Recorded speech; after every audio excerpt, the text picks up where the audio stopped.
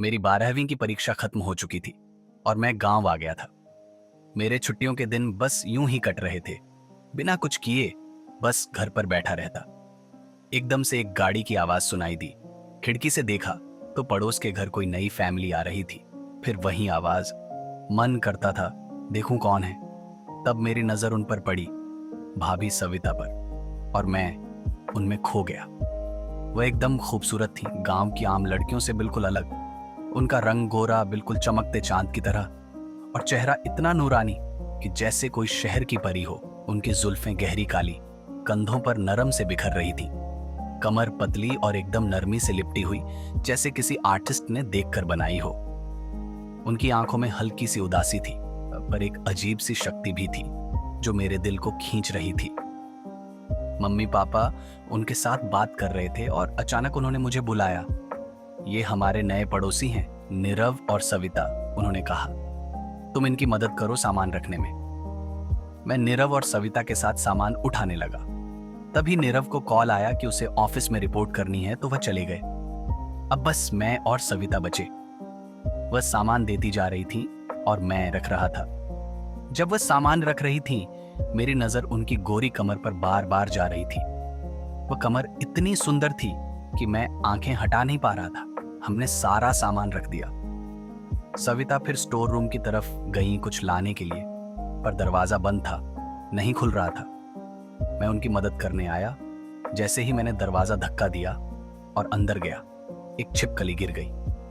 मेरे हाथ जब उनकी कमर पर लगे तो मेरी सांसें तेज हो गईं। वह थोड़ी देर खामोश रहीं, फिर धीरे से बोली, मुझे सच में छिपकली से बहुत डर लगता है। मैं थोड़ा मुस्कुराया और बोला, मैं हूं ना भाभी, अब डरने की जरूरत नहीं। उन्होंने मेरी तरफ देखा, आंखों में हल्की सी शर्म और कुछ अनकही ख्वाहिश थी। फिर उन्होंने अपने हाथ से मेरा हाथ धीरे से अपनी कमर से हटा लिया, पर मैं जानता था कि उनके दिल में कुछ और ही हो रहा था। वह स्टोर रूम के दरवाजे के पास खड़ी थी और मैं उनके करीब था। एक ऐसी दूरी थी जो दोनों को संगम होने से रोक रही थी, पर दिल के जज्बात बढ़ने से नहीं। भाभी, मैं सिर्फ मदद कर रहा हूं, बस मदद, मैंने कहा, पर मेरी आवाज में वह दर्द छुपा था जो मैं छुपाना चाहता था। सब काम हो गया और मैं अपने घर चला गया। उनके बारे में पूरी रात सोचता रहा। कुछ दिन ऐसे ही निकल गए। फिर एक दिन मम्मी पापा को कुछ काम के लिए मेरे मामा के घर जाना था।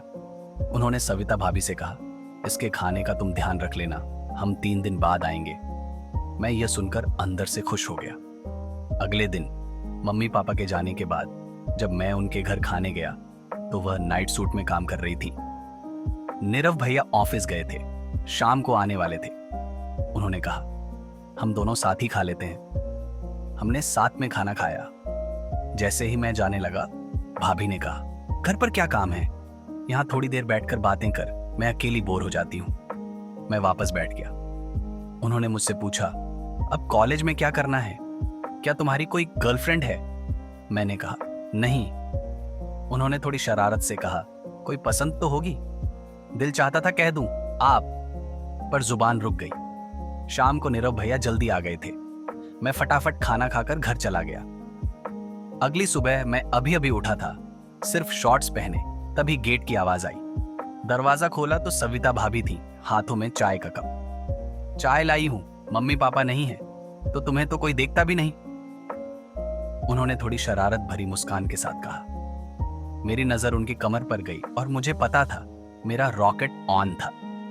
उन्होंने कहा, नीरव कल 2 दिन के लिए काम से बाहर जा रहे हैं तो मैं ज्यादा बोर हो जाऊंगी।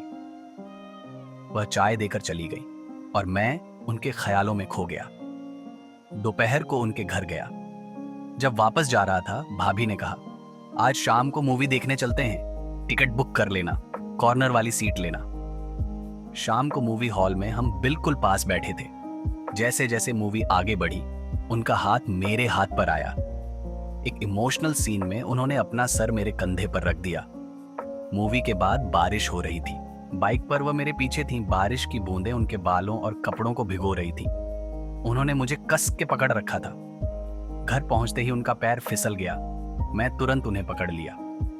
हमारे हाथ एक दूसरे को छूने लगे। भाभी ने धीरे से कहा, तुम कुछ नहीं बोलते? पर तुम्हारी आंखें सब कुछ बोल देती हैं। मैं झुक गया। उनका चेहरा मेरे करीब था और फिर हमारे होंठ मिले। किस धीरे धीरे गहरा होता गया। हमने एक दूसरे को कस के गले लगा लिया। फिर हम सोफे पर जाकर एक दूसरे को लिपट कर सो गए, जैसे सारी थकान, तन्हाई अब एक पिघलती सी खामोशी में बदल गई हो।